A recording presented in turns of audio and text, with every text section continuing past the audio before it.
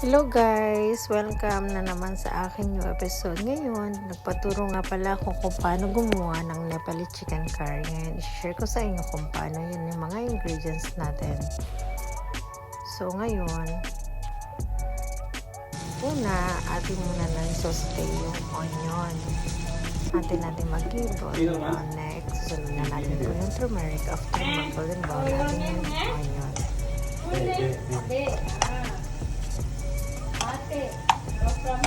Tapos, isusunod na din po natin yung chicken. Galing po talaga ni Kuya magturo sa akin. Dali lang po siya, mga basic lang po. Konting ingredients lang. Sunod, isusunod daw natin yung garam masala. Garam masala pala yun. Next, coriander powder. Tapos ng coriander powder. Salt. Susunod natin yung salt. Tapos, chili powder.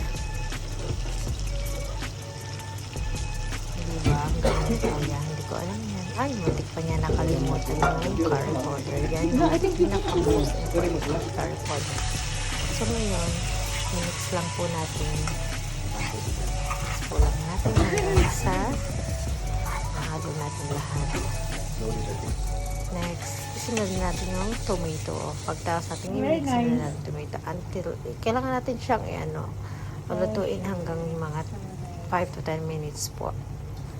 Yan nga guys, pagkatapos natin maluto, yan po, tapos na po. Thank you po. Maraming salamat. Sa ulitin, bye!